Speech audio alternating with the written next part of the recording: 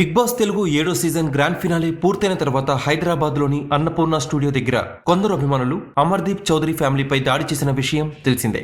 ఇందులో అతడు ప్రయాణిస్తున్న కారుని పూర్తిగా ధ్వంసం చేశారు. ఈ సంఘటనలో అదే సమయంలో అమర్దీప్ తల్లి, భార్య భయంతో వణికిపోయారు. అమర్దీప్ చౌదరి ఫ్యామిలీపై దాడి చేయడంతో పాటు మరికొన్ని ప్రైవేట్ వాహనాల్ని, ఆర్టీసీ బస్సునే పల్లవి ప్రశాంత్ అభిమానులే ధ్వంసం చేసినట్టు జూబ్లీహిల్స్ పోలీసులు గుర్తించారు. దీంతో బిగ్ బాస్ విన్నర్ ప్రశాంత్ తో పాటు అతడి అభిమానులు, సహచరులపై 6 సెక్షన్ల కింద కేసుని నమోదు చేశారు. ఇప్పటికే ఓ ఇద్దరిని పోలీసులు అరెస్టు కూడా చేసేశారు. ఇక బిగ్ బాస్ 7వ సీజన్ ఆరంభం నుంచి పల్లవి ప్రశాంత్ ని కొందరు మాజీ కంటెస్టెంట్లు సపోర్ట్ చేసిన విషయం తెలిసిందే. అందులో Bigg Boss season 4, Bigg Boss OTT సీజన్ల రన్నరప్ అఖిల్ సార్థక్ ఒకడు. ప్రతిరోజు ఈ షో చూస్తూ ప్రశాంత్ కి అతడు మద్దతు ప్రకటిస్తూ పోస్టులు పెట్టేవాడు. అదే సమయంలో ఎదుటి వాళ్లపై కూడా అసహనం వెళ్లగక్కేవాడు.